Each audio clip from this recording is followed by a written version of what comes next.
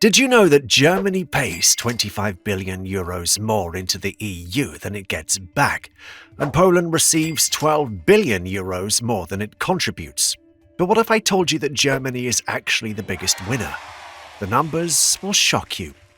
Every year, Brussels redistributes over 170 billion euros across 27 member states through the EU budget, the world's largest peacetime wealth transfer. While Eastern European nations celebrate their infrastructure windfalls and northern countries complain about footing the bill, the real winners and losers aren't who you think.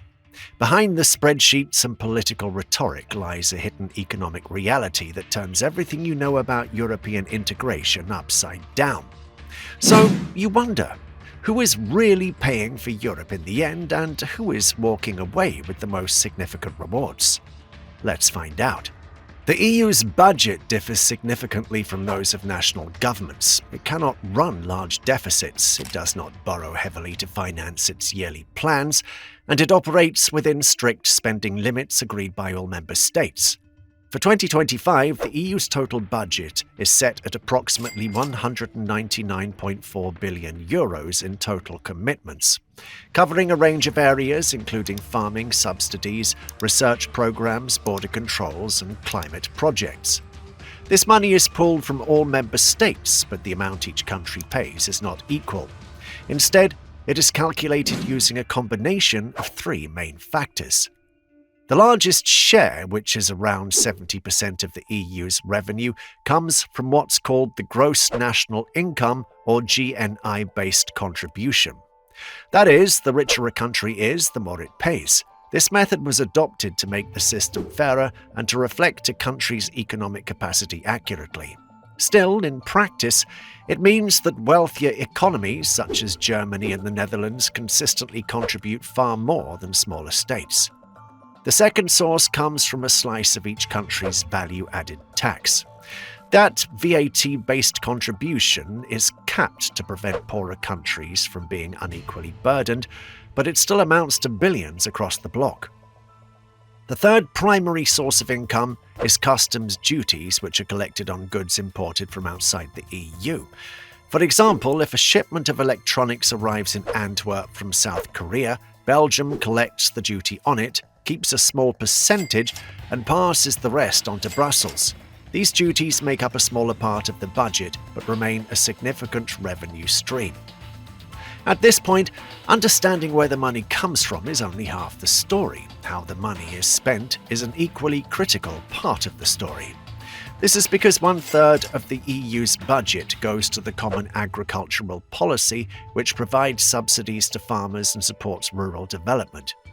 A significant portion is allocated to the cohesion policy, which funds infrastructure, job creation, and developmental projects in less developed regions.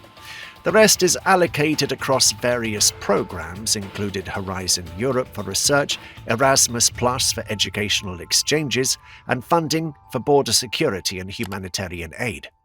The departure of the UK undoubtedly altered the arithmetic significantly. Before leaving the EU in 2020, the United Kingdom was a significant net contributor to the budget.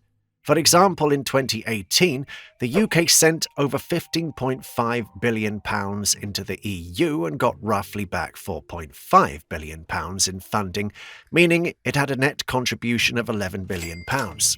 The UK also had a unique rebate system that was settled by Margaret Thatcher in 1984, which reduced the amount the UK contributed to the European Economic Community. So when Brexit was finalised, the rebate went with it, and so did its contribution.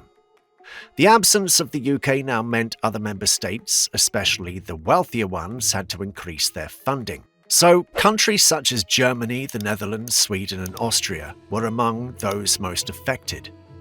The key concept that often confuses the public is the difference between a member's state gross contribution to the EU and its net balance.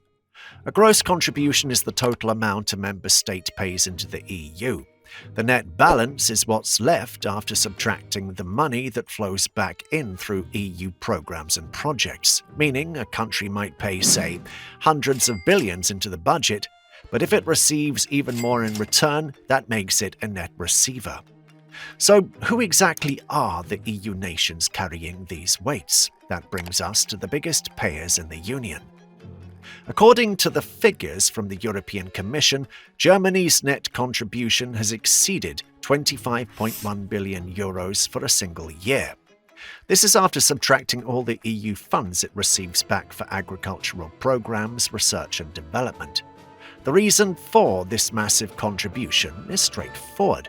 Germany remains the largest economy in the EU, boasting a GDP of over €4.66 trillion as of 2024. The GNI-based contribution system means that the richer you are, the more you pay. France follows behind as the second largest net contributor, with about €9.3 billion. Like Germany, France is a major agricultural nation and receives substantial subsidies from CAP, but these do not outweigh the size of its contributions. The Netherlands, with its much smaller population compared to Germany or France, follows closely with a net contribution of €6.3 billion. Italy is another major contributor, typically providing around €6 billion to the EU annually. Despite its economic challenges, Italy's size and wealth relative to other EU members place it firmly in the contributor camp. Back to the Netherlands. Dutch taxpayers contribute a high amount per person, which is often amongst the very highest in the EU. In 2023 alone, the Netherlands' gross contribution was around €8.5 billion, with only €3 billion flowing back in. That's having a net contribution of €5.5 billion, which works out well over €300 per citizen per year. By contrast, Germany's contribution per capita is lower despite its much larger total payment, simply because the cost is spread over its population of more than 80 million people. This per capita gap makes the Netherlands probably the most vocal in budget negotiations and pushes for restraint in EU spending. Along with Austria, Denmark and Sweden, the Netherlands has pushed for tighter control over how money is spent, particularly when sent to countries suspected of abusing EU funds.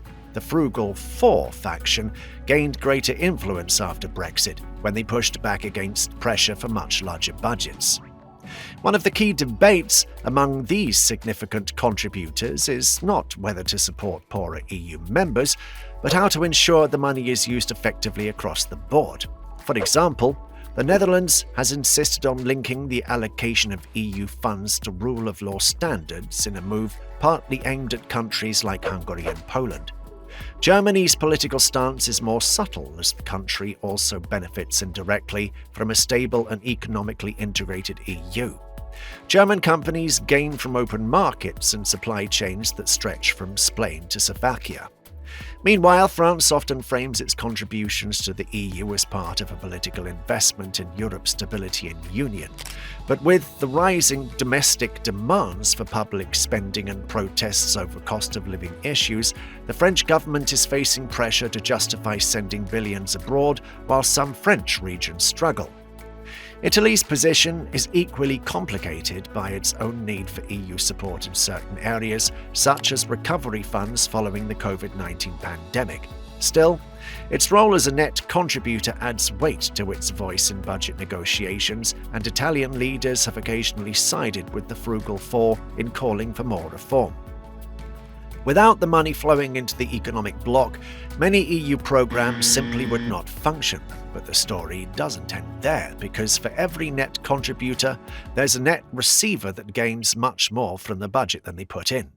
And that contrast is where the politics gets even more intense. In Germany, France, Italy, and the Netherlands keep the EU's financial engine running. Then some countries within the EU are likely to be the ones riding in the passenger seat, often with their fuel tank filled by Brussels. Countries like Poland remain the EU's largest net receiver, taking in billions more than it contributes. Recent revelations by its finance minister indicate that Poland is set to receive the largest share of the EU's proposed €2 trillion budget. Why does Poland get so much, despite not even being in the top 5 contributors to the EU's collective budget? The answer lies back in the EU's cohesion policy. This policy is designed to reduce the economic gap between wealthier and poorer EU countries. Poland, despite its growing economy, still has GDP per capita levels that are well below the EU average. In Poland, these include massive infrastructure programs such as upgrading road networks like the S8 expressway, modernizing railway networks, and funding its clean energy initiatives. Money from the EU has also helped modernize its rural areas, fund new water treatment plants, purchase farm equipment, and expand rural broadband. Hungary is another significant recipient of EU funding despite recent backlash. Back in 2023, Hungary contributed roughly to €1.5 billion to the EU budget, but received close to €6 billion in return. That's a net benefit of over €4 billion. Much of this comes through cohesion funds and the common agricultural policy. EU money has financed almost everything from irrigation systems for Hungarian farms to the construction of trams and metro lines in Budapest.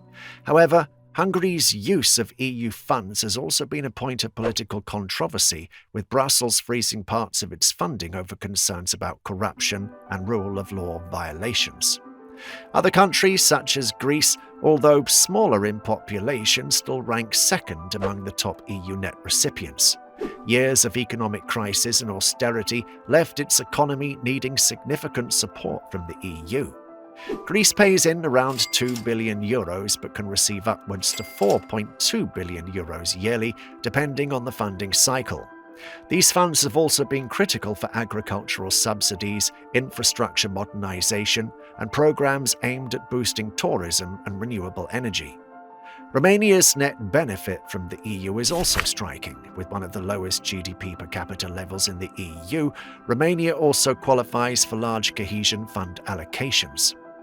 In 2023, Romania contributed approximately €2.3 billion to the EU central budget, but received only about €6.7 billion in return, resulting in a net gain of around €4 billion. EU funding in Romania has been equally allocated to upgrading its railways, hospitals, and improving rural education facilities. EU cohesion funds have heavily financed roads like the A1 motorway connecting Bucharest to the Hungarian border. While Poland, Hungary, Greece, and Romania lead in total net gains, the per capita perspective tells a different and more revealing story. Smaller countries can end up with much higher gains per citizen. Lithuania is a prime example of this. Its total EU funding is much smaller than Poland's, simply because its population is only about 2.8 million. But per person, Lithuania's net gain is enormous. In 2023, Lithuania contributed €668 million to the EU budget and received €2.279 billion in return. This funding further supports everything from road upgrades to digital innovation projects in Vilnius. However, Ireland also often appears near the top of per capita gain charts. While Ireland is a high-income country, it still benefits significantly from EU funds, particularly in its agricultural sector. In recent years, Irish farmers have benefited from hundreds of millions in CAP payments, while other programs have funded their environmental protection and rural community projects. In 2023, Ireland's net gain was smaller in total than the combined gains of countries like Poland and Romania, but the benefit per person was significantly over €200 per citizen. These figures highlight an essential truth about the EU budget. It's not only about the size of the country's total net gain, but also about how citizens feel about that money. However, to truly understand this difference, we need to examine the concept of winners and losers more closely, measured per person rather than in total euros. When examining EU funding, it's easy to focus on the large totals. Poland's allocation from the EU budget each year sounds enormous, and it is. But when you divide that by Poland's population of about 37 million, the picture changes. On a per capita basis, Poland's net gain is roughly €270 per citizen per year. Still, a solid benefit, but not as dramatic as it looks in total numbers. Now compare that to Lithuania. With a much smaller economy and population, Lithuania's €1.6 billion net gain back in 2023 equates to around €700 per citizen, which is almost 3 times more per person than in Poland. That means the average Lithuanian citizen, in purely budgetary terms, benefits more from the EU membership than the average Pole, despite Poland receiving far more money overall. The same can be seen between Romania and Ireland. Romania's €4 billion plus net benefit in 2024, spread across roughly 19 million people, works out at about €210 per person. Ireland's net gain might be smaller in total, but with a population of just over 5 million, that still amounts to approximately €200 per person. The difference is that in Ireland, a large share of this funding flows into its agricultural sector, meaning that certain groups, such as farmers, feel the benefits far more than urban dwellers. On the other side of the equation, wealthy net contributors often see the opposite pattern playing out. Germany's net contribution of more than €20 billion per year sounds staggering, but spread across its 84 million residents, it works out to around €240 per person. Now, that is only slightly less than Poland's per capita gain. France's net contribution equals roughly €150 per person. The Netherlands, however, stands out as a country where both the total and per capita figures are high. A net contribution of over €5.5 billion in 2023, or more than €300 per person. Per capita comparisons help explain some of the political tensions within the EU. A taxpayer in the Netherlands might wonder why they're paying €300 per year to support projects in other countries, while someone in Lithuania is receiving the equivalent of €700 worth of EU-funded benefits. From a purely financial perspective, smaller, less wealthy states can indeed win big per capita, while larger, richer states are often losers in direct budget terms. But it's not always that simple. The benefits of EU membership extend beyond direct financial transfers. The larger contributors benefit from a stable, prosperous, and integrated European market. For instance, German exporters can sell their cars and machinery to Poland and Romania more easily due to the EU's single market and shared regulations. Similarly, Ireland's economic boom back in the 1990s and 2000s was partly fueled by its access to the EU market, not just EU funding. However, the budget numbers still matter politically. In times of economic strain, leaders in net contributor countries can face pressure from voters to demand more changes.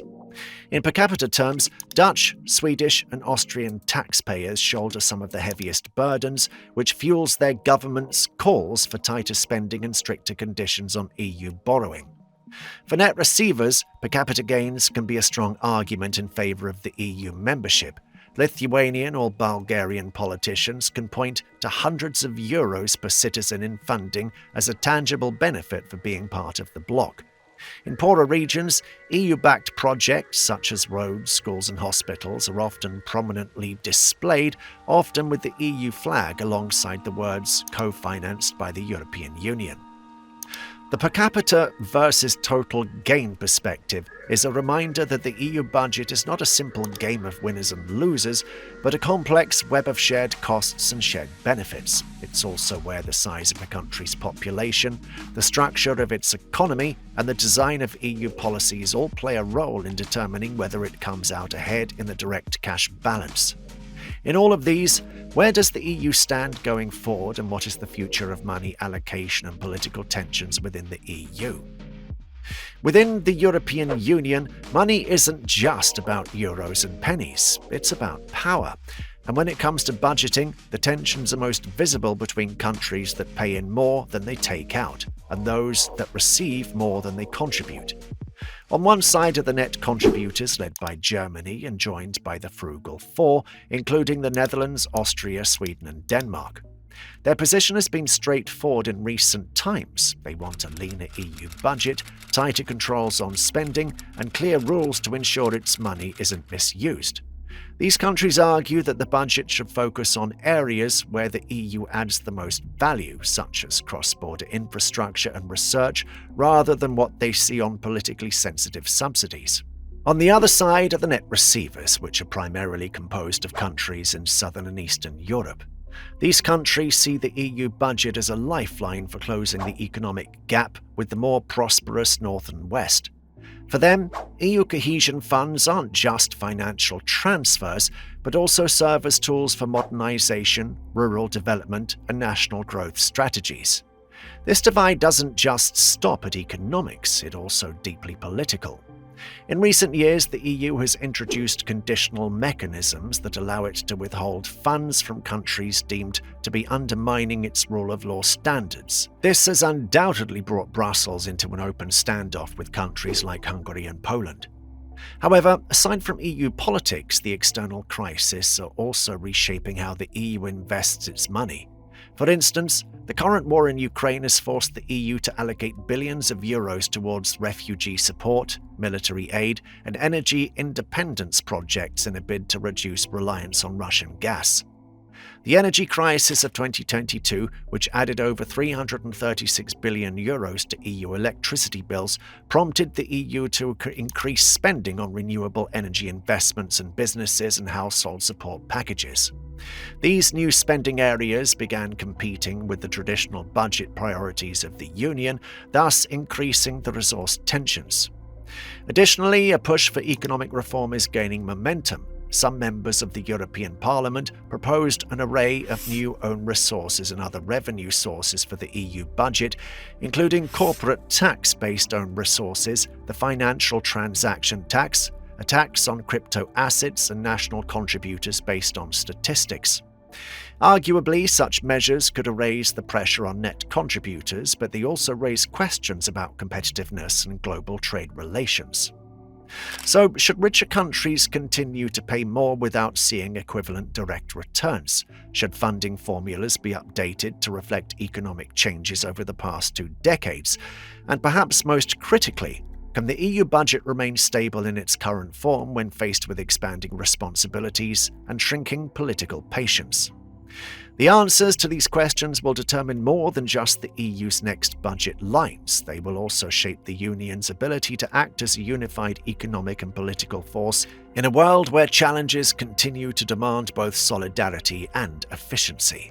The fight over who pays and who benefits may have begun as a financial debate. Still, it has evolved into a test of where the European project itself can adapt to a changing economic landscape. Thank you for watching. Don't forget to like, subscribe, and hit the notification bell so you never miss an update. See you in the next video.